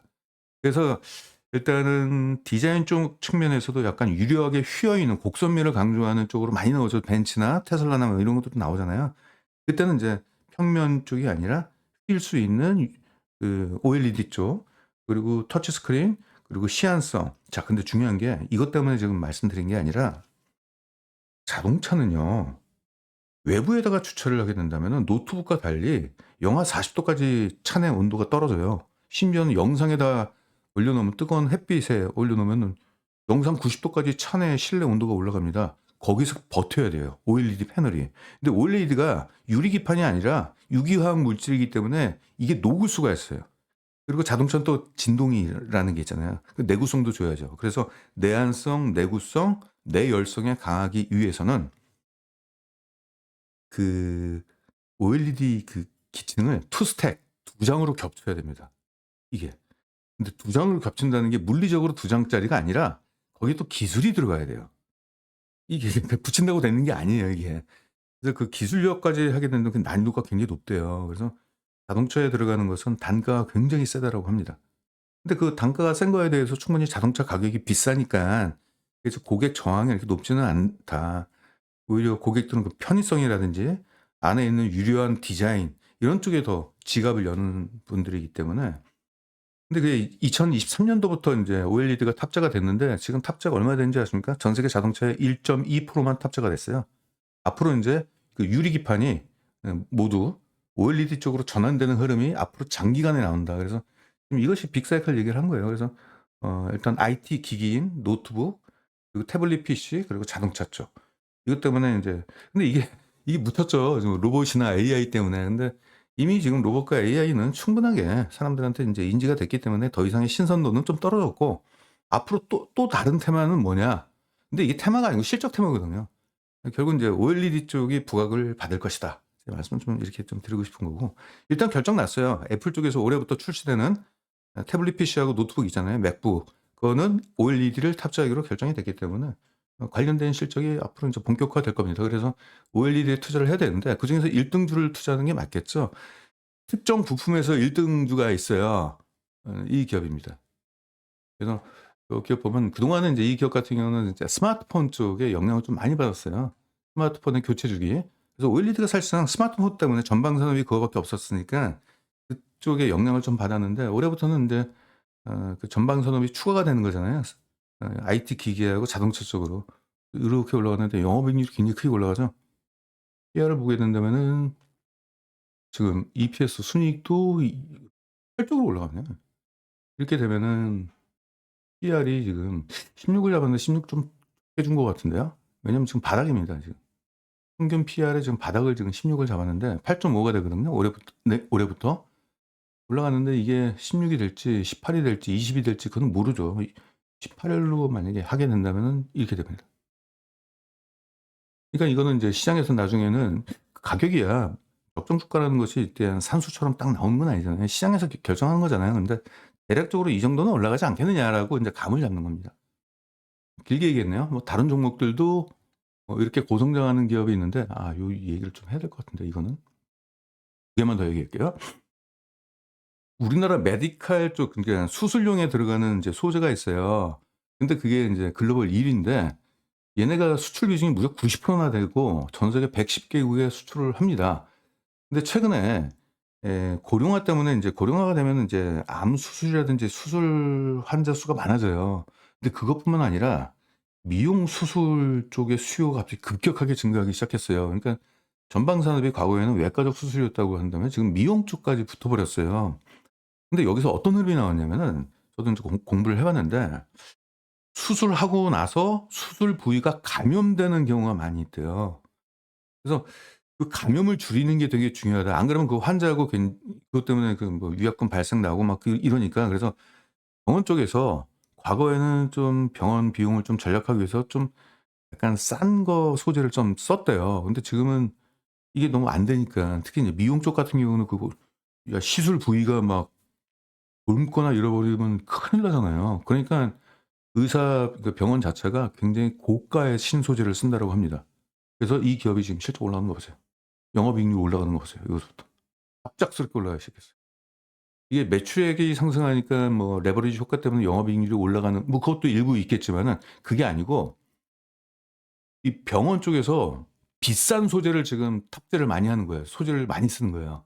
그러니까 마진율이 점점 개선이 되는 건데 중요한 포인트는 이거예요. 이 기업이 지금 생산 가동률이 거의 90% 이상 되니까 그 신소재 있잖아요. 이쪽에 매출을 확대하기 위해서 새롭게 공장을 작년에 만들었어요. 그리고 작년에 만든 공장을 올해부터 가동하기 시작합니다. 올해 실적은 더 플러스가 되는 거죠. 그래서 근데 이 기업이 주가가 하나도 안 올라갔어요. 이제부터 약간 움직이더라고요. 밑에서 약간 좀 뭔가 움직이더라고요. 왜냐면 이런 좋은 기업들은 결국 이제 소문이 나죠. 연평균 29%의 성장이 순이익 성장이 인제 이렇게 나올 것 같다라고 지금 하고 있고 이건 일회성 이익이었어요. 일회성. 네 요런 것들 보지 마시고 요렇게 올라갑니다. 네. 네 매출액이 인제 이렇게 올라간다 이런 거고 영업이익률 한 25% 정도 마크할 것 같고. 또 요것도 올해 한 2배 정도의 주가 상승 여력. 올해 상반기까지는 80% 상반기하면 6월 달이죠. 그때 한 80% 정도 올라갈 것 같다. 그래서 1 분기부터 실적이 크게 올라갈 것 같고 그리고 4 분기가 되면은 일단은 이 기업이 좀 굉장히 좀 저평가라는 것이 인제 부각이 될 거예요. 그리고 올해 또 실적 성장하니까 이렇게 주가가 올라갈 것 같고. 그러니까 제가 지금 종목을 전 종목을 모두 전수조사를 해서 실적 고성장 대비 그리고 그 실적 성장이 일회성이 아닌 거 구조적 성장을 하는 고성장 기업인데 주가가 싼 거 그리고 또 1 등 그리고 여러 가지 매출 채권부터 시작해 가지고 재고 자산이라든지 여러 변수를 다 조사를 했어요. 원재료 가격에 대한 변동성. 그래서 그런 걸 봤을 때 종합적으로 봤을 때 베스트 종목을 꼽아 봤습니다. 근데 그것들을 올해 지금 말씀을 드리는 건데 일단은 뭐 나머지는 뭐 대충 그렇다는 걸 말씀 좀 드릴게요. 아 이것도 사야 돼요, 이거. 요 얘기만 할게요. 요거는 정말 사야 돼요. 그러니까 선택적으로 사야 될 종목이 있고 뭐 안 사도 되고 뭐 이럴 수도 있잖아요. 근데 이거는 꼭 사야 돼요. 이게 왜 그러냐면은 요 얘기만 할게요. 산업 트렌드가 바뀌고 있다는 건 여러분들이 아실 거예요. 특히 인제 우리 자동차 같은 걸 보면은 기계 덩어리가 이제 전자제품이 돼 버렸잖아요. 그것뿐만입니까? 지금 스쿠터나 이런 거 오토바이 같은 거 뭐 매연 막 뿜어 내고 막 이런 것들 다 전기로 지금 바뀌고 있잖아요. 드론이라는 것도 새로 생겼고 드론도 배터리로 가는 거죠. 전기로 가는 거잖아요. 모든 것들이 지금 전동화로 좀 가고 있어요. 인력으로 갔던 자전거마저도 이제는 전기 자전거라는 게 나오고 그쵸. 그리고 뭐 지금 뭐 전 전동 퀵보드나 뭐 이런 것들이 다 그 이동 수단이 모빌리티가 다 전기로 가는 거잖아요, 자동차뿐만 아니라. 그리고 인제 전기차도 당연한 거고. 그러니까 전기로 작동되는 것들이 점점 많아지고 있는데 문제는 옛날에 전기로 작동되는 것이 뭐였어요?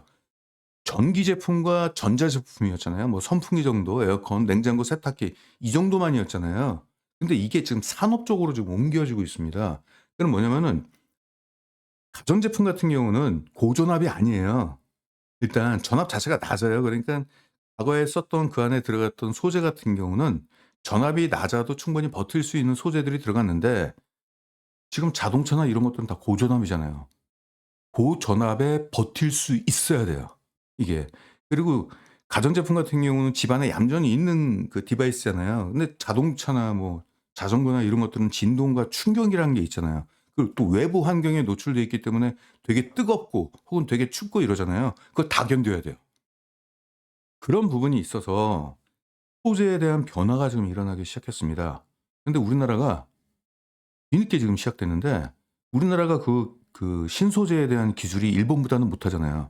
일본이 전 세계를 지금 압도하고 있습니다. 그래서 그 전동화 관련된 소재를 만드는 기업이 우리나라에 있는데 얘네가 최근에 일본 업체가 독점하고 있는 것을 국책 과제를 통해 가지고 얘네들이 만들었어요, 새롭게. 지금 현대하고 기아차에 들어가는 하이브리드하고 전기차 쪽에 들어가는 요 소재가 100% 일본산을 다 전량 수입해서 씁니다. 그러니까 정부 역할이 그거잖아요. 국민 세금 얻어 가지고 전량 수입하는 거를 국산화를 하려고 하게끔 하는 것들이 또 그 우리 산업통상자원부라든지 뭐 이쪽에 있는 데잖아요. 그러니까 그쪽에서 국제 과제를 준 거예요. 근데 얘네가 그걸 개발해 냈어요. 개발해 가지고 공장까지 만들었어요. 언제부터 가동된다? 지금부터. 그래서 그 현대차하고 기아차가 가장 그 빅 고객인데 아마 그쪽에 들어갈 거고, 그리고 또 하나 해외 쪽 자동차 회사 그쪽에도 들어갈 거예요. 왜냐면 일본 업체 제가 보니까 마진율을 50%의 폭리를 취하고 있습니다. 너무 비싸게 팔아먹고 있는 거예요. 그러니까 왜냐면은 배짱 장사죠. 자기밖에 없으니까. 전 세계에서 가장 얇은 초박형을 만들었기 때문에. 근데 앞으로 로봇 사업도 그래요. 로봇에도 전기로 가는 거잖아요. 그리고 고전압이잖아요. 로봇이 힘이 세야 되잖아요. 그러니까 전압이 굉장히 높아야 된다는 얘기죠. 그래서 가전제품에 들어갔던 그 정도의 소재 가지고는 안 돼요. 그러니까 그쪽에도 쓰이는 건 당연한 거고요. 아무튼 전기로 작동되고 고전압이 필요한 것은 다 들어가야 돼요. 그리고 이 얘네 신소재는 초박형이에요. 작을수록 더 많이 들어갈 수가 있습니다. 그런 부분이 있어 가지고 아무튼 이것들을 전 세계에서 두 번째로 만들었어요. 글로벌 2 위예요 지금. 국내에서는 1 등이고. 그래서 인제 요런 부분에 인제 실적이 앞으로 더해지는데, 그러니까 시장의 트렌드가 좀 바뀌는, 패러다임이 바뀌면서 소재에 대한 변화도 같이 일어나는 거죠. 그러니까 인제 이런 기업을 사야 되는데, 자 3 분기 실적 나왔어요. 기존에 영업이익률이 7% 6% 에서 왔다 갔다 했는데 갑자기 12% 확 올라갔죠. 그러면 이제부터 시작된 거예요. 그럼 4 분기 어떻게 되겠습니까? 4 분기 올라가는 거죠. 그리고 내년도는 어떻게 될까요? 고객사가 점점 증가할 거예요, 고객사가. 왜냐하면은 얘네들이 뭐가 완성됐다라고 했을 때 전 세계에서 샘플 요청이 쇄도를 했다라고 회사 쪽에서 그렇게 밝혔습니다. 왜냐면 일본이 독점으로 폭리를 취하고 있으니까 다른 후발주자가 만들면은 가격을 분명히 낮출 거 아니냐. 그런 쪽이니까 이제 전 세계에서 테스트하겠다고 그 샘플 요청이 그렇게 들어왔다고 합니다. 그러면 현대 기아차뿐만 아니라 자동차 분야에서는 다른 다른 쪽에 하이브리드 자동차를 만드는 다른 국가에 있는 그쪽에서도 아마 공급이 될 것 같고, 그 외에 뭐 여러 가지 각종 드론이라든지 전기로 작동되는 여러 가지 것들이 다 여기 들어가겠죠. 이거는 좀 중장기로 보시는 게 좀 나을 것 같아요. 장기적으로 갈수록 열매가 좀 더 커질 거예요 아마. 우리가 얻을 수 있는 수익이. 그래서 올해만 2026 년도에 올라가는 거 요것만 먹고 팔기에는 너무 아까워요. 왜냐면 앞으로의 성장은 더 좋아질 거니까. 왜냐면은 그 일본 제품 있잖아요. 그거를 이미 재고를 많이 확보한 기업들은 그 재고 소진될 때까지 가만히 있을 거란 말이죠. 그래서 재고 소진이 어느 정도 되면은 얘네한테 이제 러브콜을 보낼 거예요. 그러니까 시간이 지나면 지날수록 점점 매출액이 증가하고 고객들이 점점 확보가 되겠죠. 일단은 올해는 이 정도 먹고 내년도는 좀 더 크게 먹을 것 같아요. 그래서 '요건 꼭 사야 돼.'라는 종목 관점에서 하나 더 추가를 했습니다. 그래서 요것도 말씀 좀 드리겠습니다. 일단 와우넷에서 공개 방송을 좀 하고 있고요. 제가 인제 유튜브 활동을 하고 있기 때문에 일단 어디서 하는지를 좀 말씀 좀 드려야 될 것 같아 가지고, 그 유튜브 보시는 분들은 그 밑에 URL 주소를 남겨 놨습니다. 그래서 화면 바로 밑에 그 모바일로 보시는 분들 같은 거 거기 더보기가 있어요. 댓글은 제가 유사자문 투자자로 등록이 돼 가지고 댓글은 쓸 수가 없어요. 제가 댓글을 막아 놓은 이유가 법적으로 막아 놔야 돼요. 금감원에서 저를 그 모니터링하거든요. 그래서 유튜브 활동을 할 때는 유사자문 투자자로 사업자로 신고된 사람들은 그 댓글 못 하게끔 되어 있습니다. 법적 문제가 돼 있기 때문에 안 하는 거예요. 그래서 제가 뭐 댓글도 못 달고 지금 이런 상황인데, 거기 인제 더보기란에 URL이 있으니까 그거 보시면 되겠고, 지금 이 방송을 보시는 와우넷 여러분들은 이쪽으로 그냥 전화 문의하시면 될 것 같습니다. 아 유튜브도 이쪽으로 문의하시면 될 것 같아요, ARS로. 그러시면은 특강을 들으시는데 이번 주 토요일 날 1월 30일 날 저녁 7시 서부터 중간에 한 20분 정도 저녁 먹는 타임 갖고 11시까지 한번 달려볼게요. 다른 얘기 쓸데없는 얘기 안 하고 무조건 종목 얘기만 할 거예요. 그리고 이 종목에 대해서는 이미 리포트를 다 썼습니다. 그래서 아까 서진 시스템 말씀드렸듯이 리포트 한 장씩 넘기면서 이 종목을 왜 우리가 투자를 해야 되는지 그 부분에 대해서 심층적으로 접근을 하는 방송을 좀 하도록 하고요. 리포트는 종목당 25페이지에서 30페이지 정도 규모로 제가 작성을 이미 다 했습니다. 아마 우리나라 증권사 다 통틀어 가지고 가장 자세하게 투자자로서 알아야 될 그 사업에 대한 내용, 실적 혹은 또 리스크 뭐 이런 거 다 담았으니까 보시면 좀 될 것 같고, 이쪽에다가 전화하시면 되는데 이 66만 원이 플러스 한 달 동안 제 회원이 되는 거예요. 그래서 특강 들으시고 제 회원이 자동적으로 되는데 한 달 동안 제가 인제 추천했던 종목들 그런 것들 AS를 해 드리고 또 신규 종목을 또 추천을 하게 될 거예요. 그래서 올해 2026년도 한 해 스타트를 좋은 종목으로 포트폴리오 한번 구성해서 가 보시면은 어떨까? 또 여러분들이 또 투자 나름대로 또 하시는 분들이 있잖아요. 그래서 이런 것들 한번 병행해서 한번 가 보시기 바랍니다. 어떤 게 더 수익률이 좋은지. 네. 아무튼 올해 5천 포인트도 지금 장 마감 뭐 잘 된 것 같고, 최근에 이제 코스닥도 좀 좋아지는 것 같고, 그래서 대형주뿐만 아니라 소형주 쪽에서도 조금 이제 물이 들어오는 것 같아요. 네. 시장의 자금이, 저는 이렇게 생각합니다. 시장의 자금이 지금 주도주 중심으로 흘러가겠지만은 영원히 오르는 종목은 없어요, 주가가. 언젠가는 차익 매물이 나오겠죠. 그러면 그 차익 매물이 어디로 갈까요? 제가 볼 때는 그 수급이라는 게 그래요. 항상 높은 데서 낮은 데로 흘러요. 왜냐면 실적 좋고 싼 종목 무조건 싸야 돼요. 왜냐면 주식시장은 가성비 싸움이거든요. 그래서 아직 주가가 오르기 전에 있는 종목들 있잖아요. 그게 가장 낫다라고 봐요. 거기서부터 아마 물이 채워지게 될 거예요, 수급이. 여기 있는 종목들이 다 그렇습니다. 여기 있는 종목들이. 네, 오늘은 서진 시스템 한번 심층 분석했고요. 그리고 이번 주 토요일 날 저녁 7시에 하는 특강에 대해서도 한번 안내를 했습니다. 네, 영상 끝까지 들어주셔서 고맙습니다. 감사합니다.